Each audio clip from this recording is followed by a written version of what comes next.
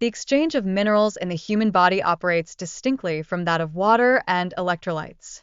This mineral exchange is critical because it encompasses a variety of minerals and electrolytes that significantly influence physiological functions and are indispensable for the maintenance of homeostasis. The composition of water within the human body exhibits considerable variability, with certain organs, such as the brain, comprising approximately 70% water. In contrast, adipose tissue and osseous structures contain markedly lower percentages of water. The hypothalamus plays a pivotal role in regulating fluid intake through the thirst center, which modulates hydration levels based on osmotic pressure. This regulation ultimately influences the body's reaction to states of dehydration or excessive hydration. Approximately 70% of total body water is located intracellularly, which has profound implications for cellular functions and the transport of nutrients.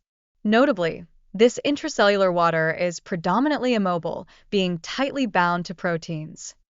Extracellular water encompasses both intravascular and interstitial compartments.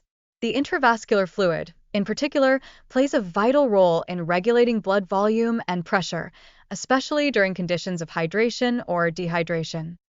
Dissociated disorders can arise when fluctuations occur in water levels across different compartments, resulting in conditions such as hypovolemia and hypervolemia. These variations have significant implications for overall health. In addition to inflammatory and allergic forms, various types of edema exist, necessitating a comprehensive understanding of the underlying factors that influence fluid balance within the body. The intricate regulation of water and electrolyte balance involves a range of complex systems, including hormonal control mechanisms such as renin and aldosterone, which are activated in response to fluctuations in blood volume. Renin, which is classified as an enzyme rather than hormone, initiates a cascade that leads to the synthesis of angiotensin II. This peptide plays a crucial role in elevating blood pressure and influencing fluid retention. Antidiuretic hormone, or vasopressin, is integral to the process of water reabsorption. Synthesized in the hypothalamus, it exerts a significant influence on kidney function, especially during instances of dehydration. Dehydration and hyperhydration represent critical conditions that disrupt the balance of water and electrolytes within the body. Severe dehydration, characterized by water loss exceeding 10%, can lead to life-threatening health complications. A nuanced understanding of the various forms of hyperhydration is essential for proper management. These conditions can be categorized as isoosmolar, hyperosmolar, or hypoosmolar, each exerting distinct effects on the body's osmotic pressure. The electrolyte composition within the blood and interstitial fluid is predominantly characterized by sodium, whereas the intracellular fluid exhibits a fundamentally different ionic makeup. This disparity is key to comprehending the dynamics of osmotic pressure. Osmotic pressure remains relatively stable within the range of 270 to 300 mosm/L, regardless of whether an individual experiences dehydration or hyperhydration. This stability is vital for sustaining cellular function and maintaining fluid balance. Dehydration can manifest in various forms, including isotonic, hypotonic, and hypertonic types, each influencing osmotic pressure differently. An understanding of these variations is essential for appropriate diagnosis and treatment of hydration-related disorders. Isosmolar and hyperosmolar dehydration arise from different fluid losses, which subsequently affect electrolyte balance and overall health. Identifying the specific type of dehydration is crucial for devising effective treatment strategies.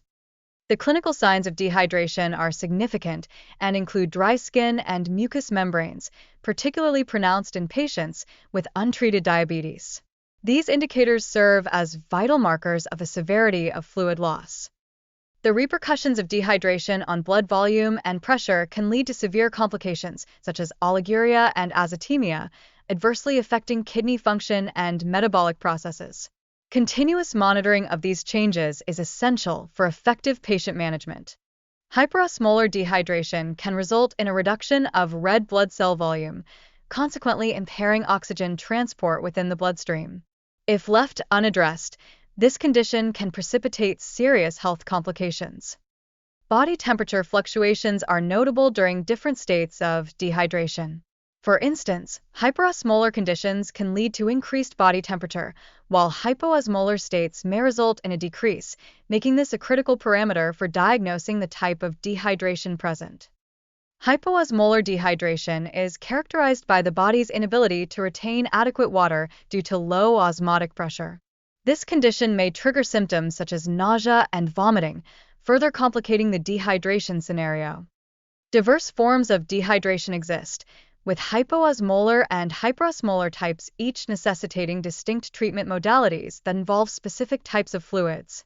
Careful fluid selection is therefore crucial for effective recovery. Close monitoring of post-operative patients for signs of either hypohydration or hyperhydration is imperative, as inappropriate fluid administration can result in significant complications. A solid grasp of fluid dynamics is essential for ensuring quality post-surgical care. Hyperhydration can give rise to serious medical conditions, including water intoxication, which has potential ramifications such as brain edema or kidney failure. This underscores the critical need for meticulous fluid management within clinical practice. Understanding fluid exchange within capillaries is fundamental, particularly in the context of ascites. The balance of hydrostatic and oncotic pressures is a key factor influencing fluid movement throughout the body. Edema can arise as a consequence of either hyperhydration or hypohydration. A thorough understanding of the underlying mechanisms contributing to edema is crucial for diagnosing various health conditions. Numerous factors contribute to the onset of edema, including increased vascular permeability and alterations in osmotic pressure. These underlying factors can often signify serious health concerns.